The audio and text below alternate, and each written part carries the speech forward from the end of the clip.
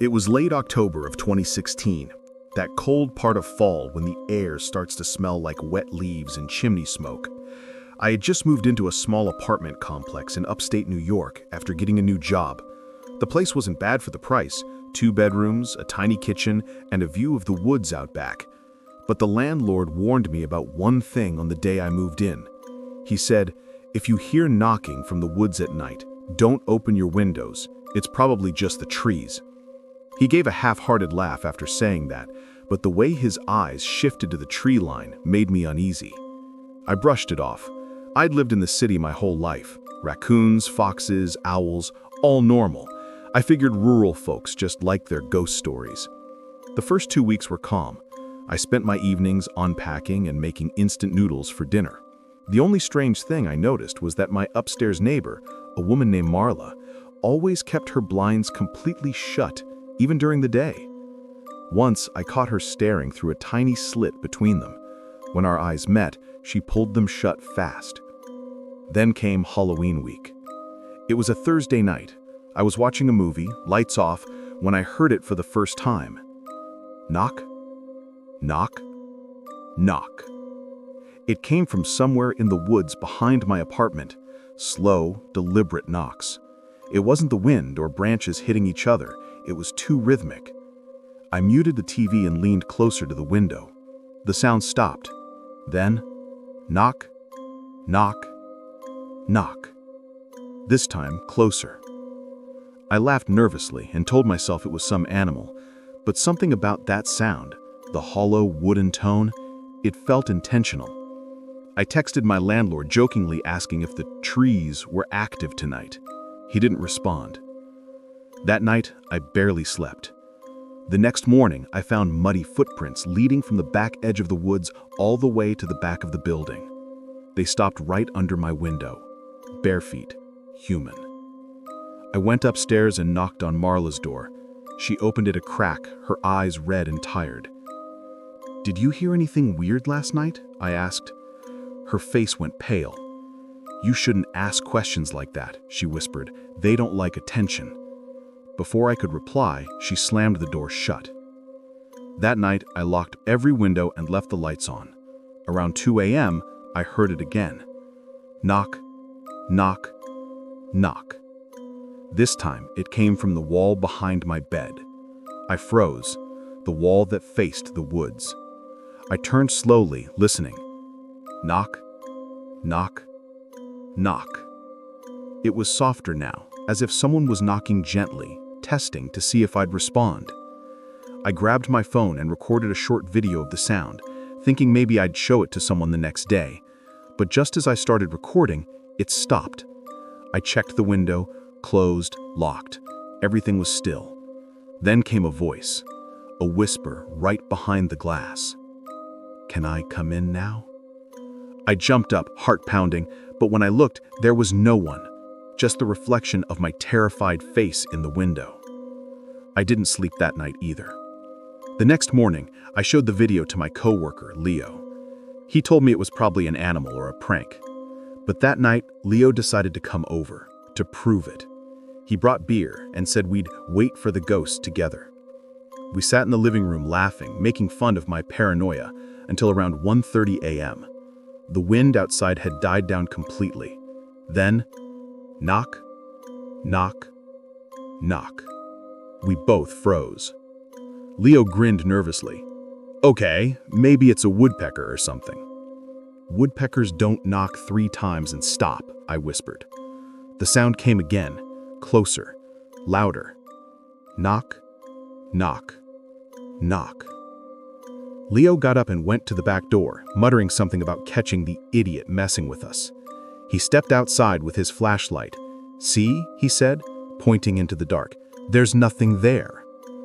Then something answered. 3 slow knocks echoed back from deep in the trees. We both went completely silent. Leo took a few steps toward the tree line, shining his light. That's when we saw it, a shape standing just beyond the edge of the woods. Pale, still, tall enough that the flashlight only caught its chest. "Hello?" Leo called out. No answer. Then, like a mocking echo, knock, Knock. Knock. Leo bolted back inside, slamming the door. We turned every lock in that apartment. Neither of us spoke until morning. When we finally opened the curtains, there were muddy handprints all over the glass, long, narrow fingers. 2 days later, I got home from work to find police cars outside.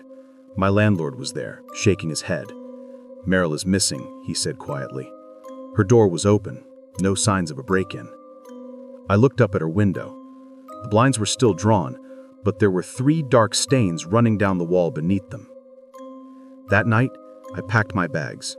I didn't even bother breaking the lease. Before leaving, I took one last look at the woods. The trees were still, silent. But as I was getting in my car, I heard it, faint, almost like the wind. 3 slow knocks, then a whisper carried through the cold autumn air. "You shouldn't leave the window open." It happened in the fall of 2008, in a small Pennsylvania town surrounded by endless woods and old farmland. I was 13, and my parents had just bought an old 2-story house at the end of a gravel road. The kind of place where the mailbox leaned sideways and the nearest neighbor was a 10-minute walk away. The house used to belong to an old couple, both of whom had died years before. That's what my dad said when I asked about the weird smell coming from the attic, like damp wood and something sweet. I didn't like the smell, but my parents said it was just an old house thing. The first few weeks went by quietly. I started at a new school, made no friends, and spent most of my time wandering through the woods behind our property. There was an abandoned barn back there, the roof half collapsed, the walls covered in ivy. I loved exploring it. It was peaceful, in a sad sort of way. But one afternoon, while I was poking around the barn, I noticed something I hadn't seen before. A small wooden box tucked beneath a pile of rotting hay. It was about the size of a lunchbox, carved with strange little symbols, circles, triangles, and spirals. When I opened it, I expected to find tools or nails or maybe some old photos. But there was only one thing inside. A small porcelain doll, missing one eye, with its hair tied in a red ribbon. For some reason, I felt wrong touching it, like I'd picked up something that didn't want to be found. I put the doll back, closed the box, and left it where it was. But when I got home that night, it was sitting on my desk. I froze. I was sure I'd left it in the barn. My mom came into the room just then, saw the doll, and smiled. "Oh, that's adorable! Did you find it in the attic?" I couldn't speak. I just nodded. That night, I woke up to the sound of footsteps upstairs, the attic. Our attic didn't have a floor, just old boards and insulation. You couldn't walk up there without making noise. I listened for a while, heart pounding. Then I heard it. Creak, creak, creak. The sound of slow, deliberate steps, pacing. I called for my dad. He came in, groggy and annoyed, and went up to check. Of course, by the time he opened the attic door, the footsteps stopped. He told me it was probably mice. But the next morning, when we came downstairs, all the kitchen chairs were turned facing the wall. Over the next few days, small things started to happen. My bedroom door would open on its own. My alarm clock would go off at random hours, and every night I'd wake up to the sound of faint tapping coming from inside the walls. I told my mom about it, but she said it was just the house settling. My dad told me to stop watching horror movies. Then one evening while doing homework, I heard something behind me. A whisper. Soft, but close. Why'd you leave me there? I turned around so fast that my chair fell over. The doll was sitting on my desk, even though I'd left it downstairs on the kitchen counter that morning. Its single glass eye seemed to catch the light from my lamp, and for just a moment, I swear, I saw its head move. I yelled for my parents, but when they came in, the doll was back on the shelf. They looked at each other, then at me, and decided I was having adjustment issues. So, that night, while they slept, I took the doll outside and buried it behind the barn. I didn't even use a shovel. I just dug with my hands until my fingers bled. When I came back inside, I finally felt some relief. For the first time in weeks, I fell asleep easily. But at 3:17 a.m., I woke up. The smell was back. That sickly sweet scent from the attic. It was stronger now, filling my room. I sat up, trying to find the source.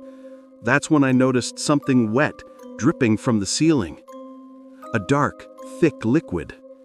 It landed on my blanket, on my hands. I turned on my lamp. It was blood. I screamed. My dad ran in, grabbed a flashlight, and opened the attic hatch. What he saw made him go silent. Right there, above my bed, was the doll, hanging from one of the rafters by its red ribbon, swinging slowly side to side. We moved out the next day. A few months later, I got curious and searched the address online. I found a news article from 1998 about the old couple who'd lived there before us. Their daughter, Mary, had gone missing when she was 9. Last seen playing in the barn. The only thing they ever found of her was a small porcelain doll missing one eye with its hair tied in a red ribbon.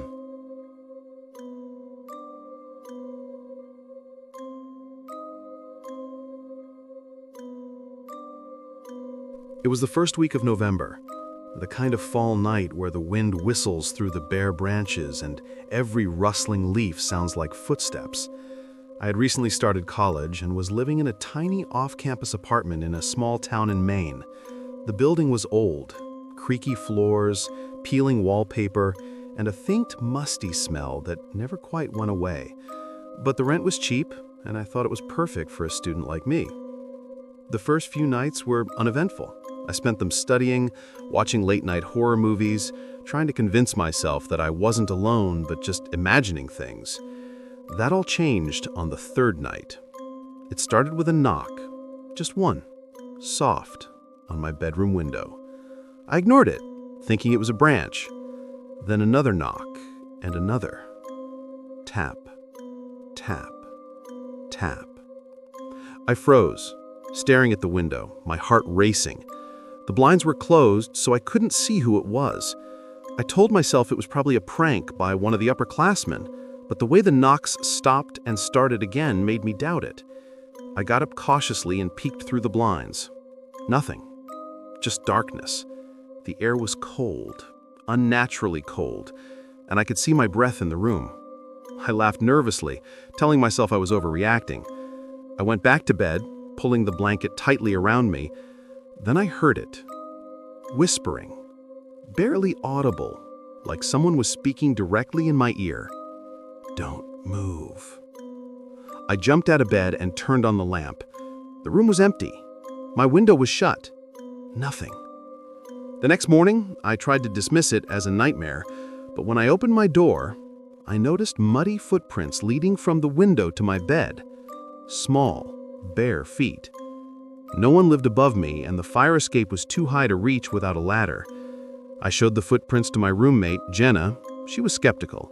She said maybe it's a dream, or your cat tracked something in. But I didn't have a cat, and the footprints didn't match anything we owned. That night, I decided to stay awake. I sat at my desk listening to the creaks of the old building. Around 2:30 a.m., I heard a soft scraping sound from the living room, like furniture being dragged. I grabbed a flashlight and crept down the hall. The living room was empty, but the front door, which I always locked, was slightly ajar. I slowly approached, hand trembling. Nothing. Just the dark night outside. But then I heard it behind me, the whisper again. "Come play." I spun around. Nothing! Just the shadows stretching across the walls, dancing in the dim light of the street lamp outside. I froze, listening. The whisper came again, this time from the corner of the room near the old fireplace. I shined the flashlight, and my blood ran cold. There was a figure there, just standing, tall, thin, completely black, with no discernible features, but I could feel its eyes on me. I ran to my bedroom, locked the door, and called Jenna. She didn't answer. I called my parents, same thing. My phone line was dead. Hours passed. Every few minutes I heard soft footsteps in the hallway outside my room, slow, deliberate, and then the whisper again. "I see you." I didn't sleep at all that night. By morning, I had made my mind up. I would leave. I packed everything into my car, planning to stay with my parents until I could figure out what to do. As I reached for the door handle, I felt a cold hand brush against my shoulder. I froze. Slowly, I turned. The figure was there, just inside my doorway, its featureless face inches from mine. I screamed, lunged for the door, and ran out. The hallway was empty. Nothing was behind me. I stayed with my parents for the next few weeks. I told them what happened, but they thought I was stressed or sleep-deprived. I went back to the apartment during the day to grab some things. Everything looked normal. No footprints, no broken locks, nothing. But when I stepped into my bedroom, my heart stopped. The words were scratched into the wall, right above my bed. "You left me. Now I follow." I left everything there, never went back. My parents said I was overreacting, but I know what I saw. Even now, years later, whenever I hear the wind rattle the trees or the branches scratch against a window, I think of that night. I think of the black figure, waiting just outside, whispering, and I remember the icy fear of realizing that something had followed me from the shadows of that fall night, and that it could still be watching.